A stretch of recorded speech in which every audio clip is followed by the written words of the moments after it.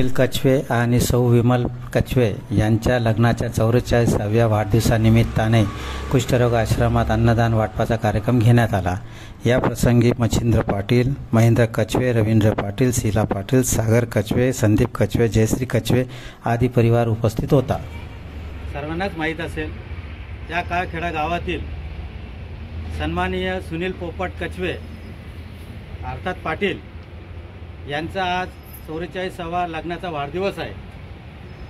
गेली 44 वर्ष त्यांची पत्नी, त्यांची मामी यांनी आता थेट सतत त्यांना साथ दिली आणि आज 44व्या वर्षाचा विवाह समारंभाचा वाढदिवस साजरा केला जातो आहे। त्यांचे चिरंजीव सागर आणि संदीप यांनी ठरवलं की बुवा आईवडिलांच्या विवाहाप्रित्यर्थ आपण अन्नदान करावं। अन्नदान हे सर्वश्रेष्ठ दान आहे।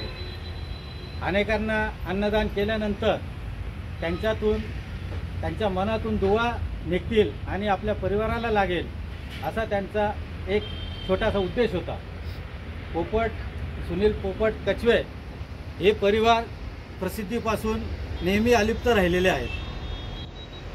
त्यांनी जे काही सामाजिक काम केलेलं आहे यापूर्वी पण आणि करत आलेले आहेत, त्याचा कुठेही त्यांनी गाजावाजा न करताना काम सातत्याने करत आलेले आहेत।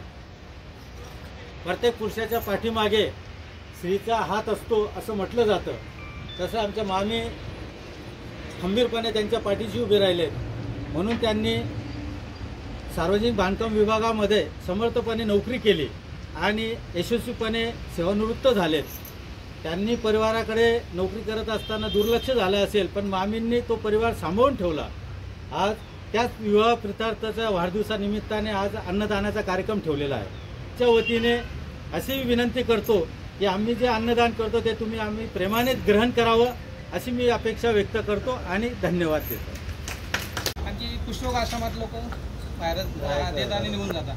कुष्ठरोग आश्रमात येणं आणि देणं हे सगळ्यात महत्त्वाची गोष्ट आहे आणि मोठी बाब आहे। का तुम्ही आले आणि स्वतःच्या हाताने ते तुम्ही वाटणार आहे, त्यांनाही आनंद वाटतो। हा आपल्या कोणती आहे समाजात, त्यांनाही आनंद वाटतं का कोणी ते येतं, कोणी आपल्याला देतं, आपल्या जवळीचं सांगतं, जवळीत येतं, पण त्यांनाही आनंद वाटतं का आपलं बी कोणी समाजात आहे का आपल्याला जवळीत करतात आणि जवळीचा बाळगतात। पण समाज कुष्ठरोग असल्यामुळे लोक घाबरतात, लोक इथे देण्यास खूप घाबरतात, त्यामुळे ते आपल्यापासून थोडे अलिप्त आहेत। आता आपल्याशी ते बोलणार नाही, काही त्यांचे मनोगत व्यक्त करणार नाही, पण त्यांचे रोजचे उठणं बसणं माहीत आहे। त्यामुळे मला त्यांच्या दादा आणि ताई तुम्हाला किंवा तुमच्या सगळ्या परिवाराला हा असा कार्यक्रम हा वारंवार होऊ द्या की जेणेकरून एक टाईमचं आमचं जीवन वाचू शकतं आणि चांगल्या प्रकारे अन्नदान किंवा दुसरं कोणतीही तुम्ही मदत करू शकता। आणि त्यातर्फे आमच्या आश्रमाचा वेळेला मला लग्नाच्या हार्दिक शुभेच्छा आणि तुम्ही येत राहा हीच विनंती करू आम्ही।